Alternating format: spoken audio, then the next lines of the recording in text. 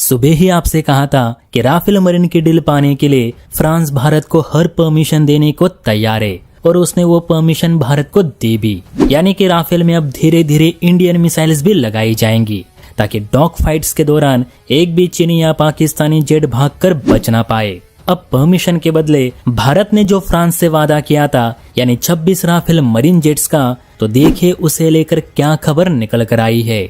जी हाँ दोस्तों, Rafale marine की कीमत पर भारत और फ्रांस के बीच सहमति बन गई है। और आप तो जानते ही है कि जिस किसी भी हथियार की कीमत फाइनल हो जाती है मानो वो डील भी फाइनल होती है। तो खबर निकल कर आ रही है कि भारतीय सेना जो 26 राफेल मरीन यानी 22 सिंगल सीटर और 4 ट्विन सीटर विमान खरीदने वाली थी, उसकी आधिकारिक कीमत पर भारत और फ्रांस के बीच सहमति जताई गई है। रिपोर्ट्स में बताया जा रहा है कि कीमत की बातचीत का पहला दौर हो चुका है और अगले 3 महीनों में ही इस डील को अंतिम रूप देने के उद्देश्य से आगे के दौर की बातचीत शुरू की जाएगी।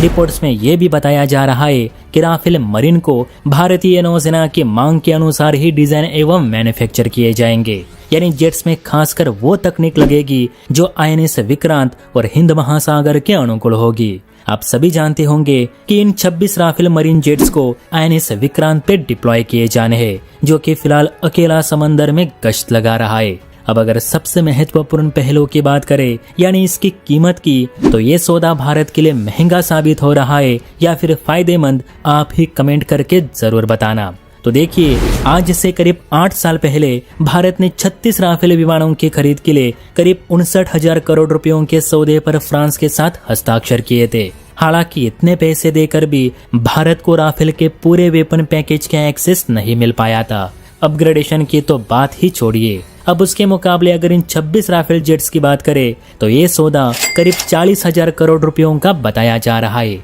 अब यहाँ विमानों की संख्या कम है लेकिन वेपन पैकेज पूरा दिया जा रहा है, प्लस भारत इनमें अपनी मिसाइल्स भी तैनात कर पाएगा। और बातें तो ये भी कही जा रही है कि आने वाले दिनों में फ्रांस HAL के साथ मिलकर राफेल के M88 इंजिन्स भी भारत में ही बनाएगा। तो इससे बेहतर और बात क्या हो सकती है।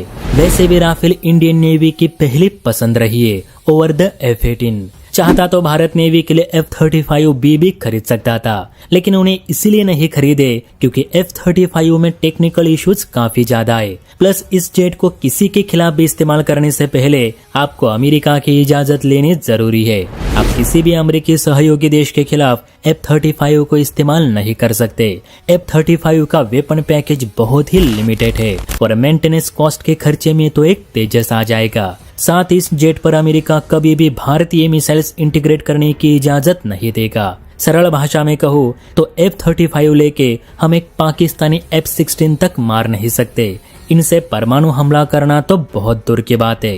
यही कारण है कि जेट्स की इतनी जरूरत होने के बावजूद भारत ने कभी F-35 नहीं खरीदे।